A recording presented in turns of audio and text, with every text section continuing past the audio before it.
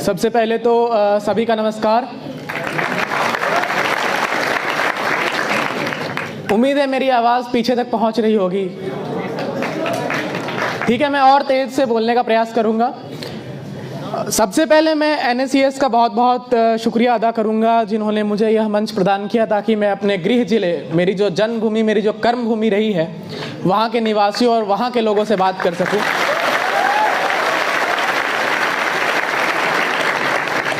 और मैं ज़्यादा समय नहीं लूँगा क्योंकि बाकी सभी सेलेक्टेड कैंडिडेट्स को भी अपना स्पीच देना है। तो मैं सबसे पहले अपने एक्सपीरियंस के बारे में बात करूँगा कि मेरा क्या एक्सपीरियंस रहा UPSC एग्ज़ाम का।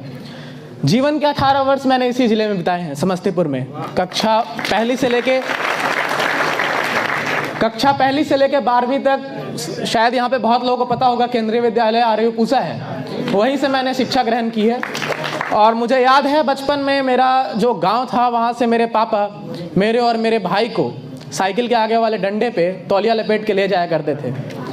तो वो दिन भी मैंने देखा है, वो दिन भी देखा है जब स्लेट पर लिखने के लिए खल्ली मिलता था। उस टाइम चौक नहीं था, खल्ली होता था, और फिर उसको हम लोग जड़ी बूटी से मिटाते थे।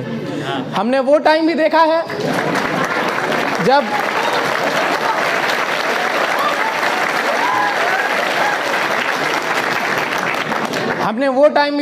जब आज तो गली गली में मोमोज के दुकान खुल गए हैं। मैंने 10वीं 11वीं तक मोमोज का नाम नहीं सुना था कि मोमोज, सैंडविच और पिज़्ज़ा जैसी चीज़ें क्या होती है। यह सारी चीज़ें मुझे दिल्ली जाने के बाद पता चली। तो सबसे बड़ा मेरा उपलब्धि यह था कि मैंने गांव से पढ़ते हुए 5 kilometre daily up down cycle से धूप में करते हुए यहाँ से 12वीं की शिक्षा ग्रहण करने के बावजूद दिल्ली विश्वविद्यालय से ग्रेजुएशन करने के बाद मैंने ये उपलब्धि हासिल की है। और इसके कुछ मूल पॉइंट्स रहे हैं जो शुभम जी ने भी बताया और जो प्रवीण जी ने भी बताया, और जो इस ज़िंदगी के हर पहलू में लागू होता है। आप UPSC की तैयारी कर रहे हैं या इसमें से बहुत सारे मुझे स्कूल और कॉलेज के छात्र लग रहे हैं, तो उन सब के लिए भी कुछ की पॉइंट्स हैं जो मैं बताऊंगा। पर उससे पहले आप लोग का मनोरंजन कह सकता हूं या उत्साह बढ़ाने के लिए मैं चंद लाइनें पेश करूंगा। कृपया ताली ना बजाएं, लास्ट में बजाने के लिए एनर्जी बचा लें। चंद लाइनें हैं कि बेहतर से बेहतर की तलाश करो, मिल जाए नदी तो समंदर की तलाश करो, टूट जाता है शीशा पत्थर की चोट से, टूट जाए पत्थर ऐसा शीशा तलाश करो।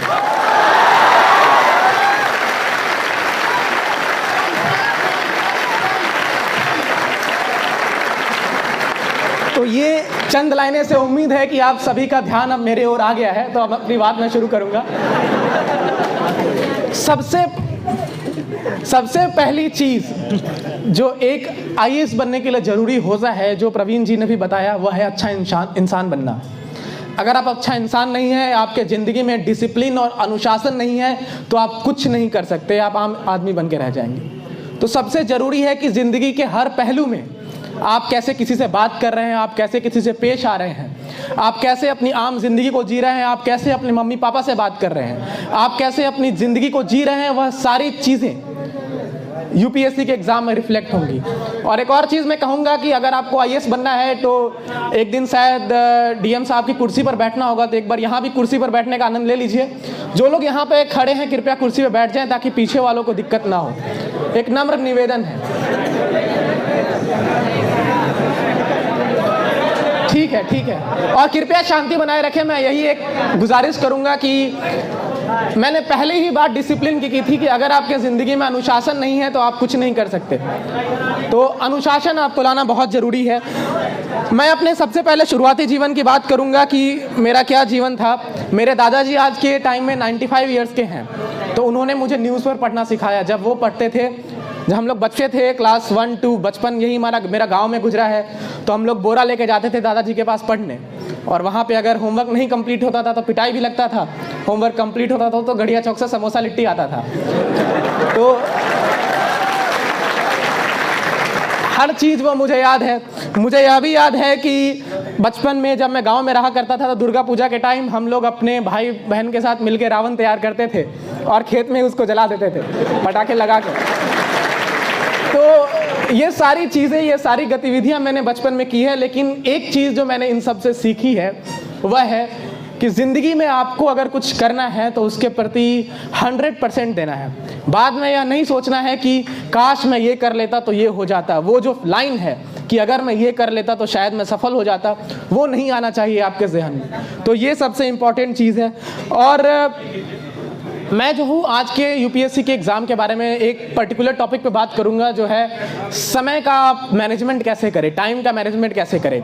यहाँ पे बहुत सारे कॉलेज में लोग हैं, उनसे मेरी एक ही गुजारिश है, कृपया जल्दीबाजी ना करें। ज़िंदगी में कभी भी आप जल्दीबाजी करिएगा तो आप शिखर तक नहीं पहुँच पाइएगा। जो भी कॉलेज में हैं, जो भी छात्र और छात्राएँ कॉलेज में हैं, उनके लिए सिर्फ एक एडवाइस है कि आप लोग अपने कॉलेज डेज का अच्छे से उपयोग करें।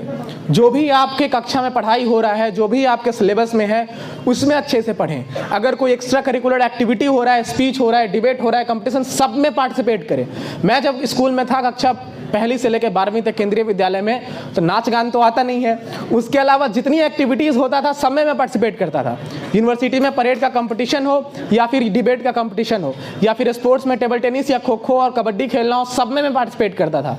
तो जो भी स्कूल में है, जो भी कॉलेज में है, हर उन कॉम्पिटिशन्स में आप पार्टिसिपेट करें और उसी से आपके व्यक्तित्व का विकास होगा, उसी से आपके अंदर जो कॉन्फिडेंस है वो आएगा, उसी से आप अलग अलग लोगों से मिलेंगे। और जब आप अलग अलग लोगों से मिलते हैं तो उससे आपके अंदर आत्मविश्वास आता है, और वो आत्मविश्वास इस परीक्षा के लिए ही नहीं, जिंदगी के परीक्षा के लिए भी इम्पॉर्टेंट है। आप अगर बैंक की तैयारी कर रहे हैं, एसएससी की कर रहे हैं, आरबीआई, कोई भी चीज़ का एग्जामिनेशन की तैयारी कर रहे हैं, तो वो अनुशासन और वो आत्मविश्वास, वो बहुत ज़रूरी चीज़ है।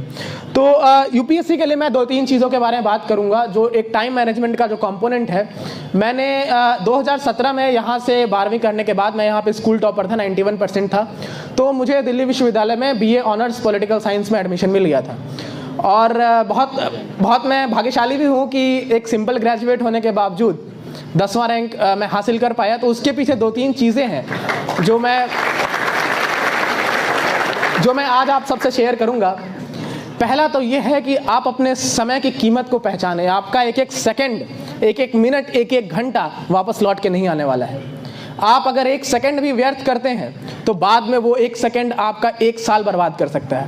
तो सबसे इम्पॉर्टेंट चीज़ है कि आप जब तैयारी शुरू कर रहे हैं तो आपके पास एक प्लान होना चाहिए कि आप कोई भी एग्ज़ाम हो, कॉलेज का हो या एसएससी, बैंक, आईएएस, कोई भी एग्ज़ाम हो, उसको आपको कैसे अप्रोच करना है, कैसे 1 साल 1.5 साल तक वो प्लान वर्क करेगा, ये आप एक कागज़ पे लिख लें।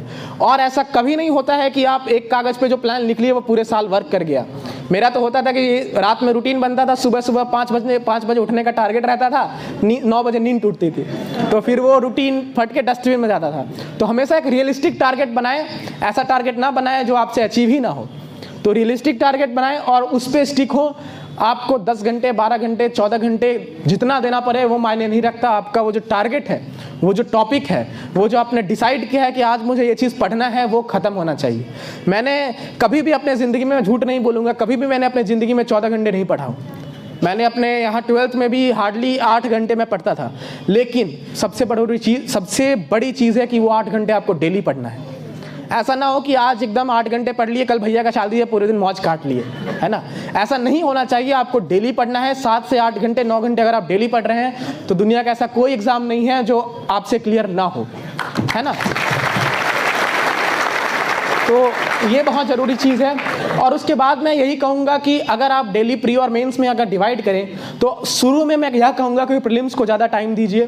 जो प्रीलिम्स के स्टैंडर्ड किताब सबको पता होता है, अगर नहीं पता है तो जब मैंने तैयारी शुरू की थी, मैंने यूट्यूब पे हर टॉपर के स्ट्रेटजी वीडियो को देखा था कि उन्होंने कैसे इस एग्ज़ाम को अप्रोच किया, और उसके बाद मैंने सारे वीडियोज़ में से कुछ की पॉइंट्स इकट्ठा कर लिए और फिर मैंने अपना स्ट्रेटजी बनाया। तो वही स्ट्रेटजी आप लोग को भी अपनाना है किसी भी एग्ज़ाम के लिए, और फिर उस स्ट्रेटजी पे अमल करना है। 5 से 6 घंटा शुरू में आप प्रीलिम्स को दें, मेंस को थोड़ा कम टाइम दें। एक बार आपके प्रीलिम्स के बुक का अच्छे से रिवीजन हो गया, फिर मेंस को ज़्यादा टाइम दें। मैं यह कहूँगा कि लक्ष्मीकांत जैसी पॉलिटी किताबों का मैंने कम से कम 15 बार रिवीजन किया था। स्पेक्ट्रम जो हिस्ट्री की किताब होती है उसको मैंने कम से कम 10 से 12 बार पढ़ा था, और ऐसी कोई किताब नहीं होगी जो मैंने 10 बार ना पढ़ा हो। तो मेरा पढ़ने का एक ही फॉर्मूला था, कि तब तक पढ़ो जब तक किताब ना बोल दे कि छोड़ दे मुझे।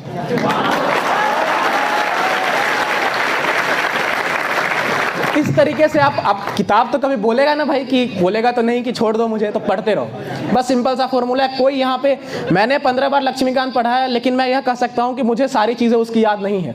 मैंने 12 बार स्पेक्ट्रम पढ़ा है, पर मैं यह कह सकता हूँ कि मुझे स्पेक्ट्रम का हर चीज़ याद नहीं है। तो कोई भी यहाँ महाविद्वानी नहीं हो सकता है, बार बार रिवीजन करके ही आएगा। अब बहुत एस्पिरेंट्स मेरे सामने यह सवाल लेके आते हैं कि सर डिस्ट्रैक्शन बहुत होता है, पढ़ने बैठते हैं तो डिस्ट्रैक्शन होता है। अब मैं जब पढ़ता था अपने स्कूल टाइम में, तो पढ़ने के नीचे मोबाइल रखता था, टुन से बजता था, देख लेते थे क्या नोटिफिकेशन आया। तो वो चीज़ नहीं करना है। यूपीएससी या बैंक, एसएससी, कोई भी एग्जाम आप कर रहे हैं तो मोबाइल को अपने से दूर रखें। सोशल मीडिया उस टाइम में डीएक्टिवेट कर दे। जब मैंने अपनी तैयारी की थी, मेरा भी सोशल मीडिया डीएक्टिवेटेड था। लेकिन आज के टाइम में कोई भी टॉपर यूट्यूब के वीडियो से आईएएस नहीं बना है, वो किताबों को पढ़ के आईएएस बना है। तो जब तक आप किताबों को नहीं पढ़ेंगे, जब तक आप किताबों को 10-15 बार नहीं पढ़ेंगे, तब तक बहुत मुश्किल है ये सब चीज़ होना। और मैं यह कहूँगा कि अगर आप 1.5 साल सही से मेहनत कर लेते हैं, टाइम एकदम डिसाइड करके कि कौन से महीने में, कौन से वीक में, कौन से दिन में क्या मुझे पढ़ना है, तो आप ज़रूर इस लक्ष्य को पा सकेंगे। और मेरी कुछ चीज़ें हैं जो यहाँ पे मेरे हिसाब से कुछ स्कूल में भी हैं, कुछ कॉलेज में भी हैं, तो उनके लिए बस मेरा एक ही वर्ड रहेगा कि आप अपने आखिरी वर्ष में तैयारी शुरू करें, एकदम सीरियस वाला। कि मतलब मैं जब अपने कॉलेज में था तो फर्स्ट सेकेंड ईयर मैंने कॉलेज में जितनी एक्टिविटीज़ होती थी, जितना कॉम्पिटिशन था, मैंने इंटर्नशिप्स किया, मैंने अलग अलग सोसाइटीज़ में पार्टिसिपेट किया, मैंने वहाँ पर लीडरशिप पोजीशन लिया। लेकिन उसके बाद तृतीय वर्ष से, मतलब फाइनल ईयर से, एकदम रूम में बंद होकर 8 घंटे की पढ़ाई। अब रूम में बंद होने का यह भी मतलब नहीं है कि बाहर नहीं निकल रहे हैं, बाहर निकल रहे हैं, परंतु आपको थोड़ा रिस्ट्रिक्ट करना पड़ेगा खुद को, ताकि आप पढ़ाई को ज़्यादा टाइम दे सके। तो यही मेरा जो था सो था। बाकी तो और टॉपर्स हैं बताने के लिए, बस मैं दुष्यंत कुमार की एक छोटी सी कविता है, उसी से मैं समाप्त करूंगा इसको। कि ये मैंने खुद नहीं लिखी, दुष्यंत कुमार जी बहुत बड़े कवि हैं, उन्होंने लिखा है। ये मैं आपको पढ़ के सुनाऊंगा। हो गई है पीर पर्वत सी पिघलनी चाहिए, इस हिमालय से कोई गंगा निकलनी चाहिए।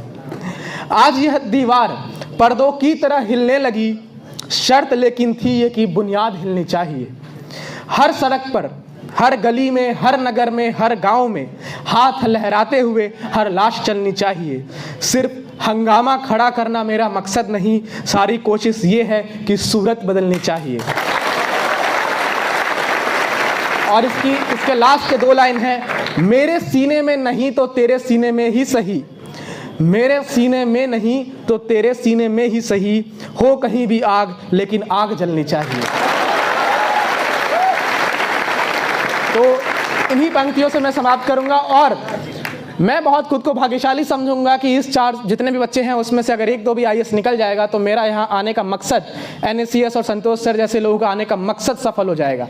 और मैं एंड में यही करूंगा कि जो करें ईमानदारी से करें, खुद को चीट ना करें, जीवन में डिसिप्लिन लाएं। आप कैसे लोगों से डील करते हैं यह बहुत बड़ा फैक्टर है, और एक अच्छा इंसान बनने पर फोकस करें। आईएएस, बैंक, ये सब तो रास्ते में आते जाएगा। बहुत बहुत धन्यवाद।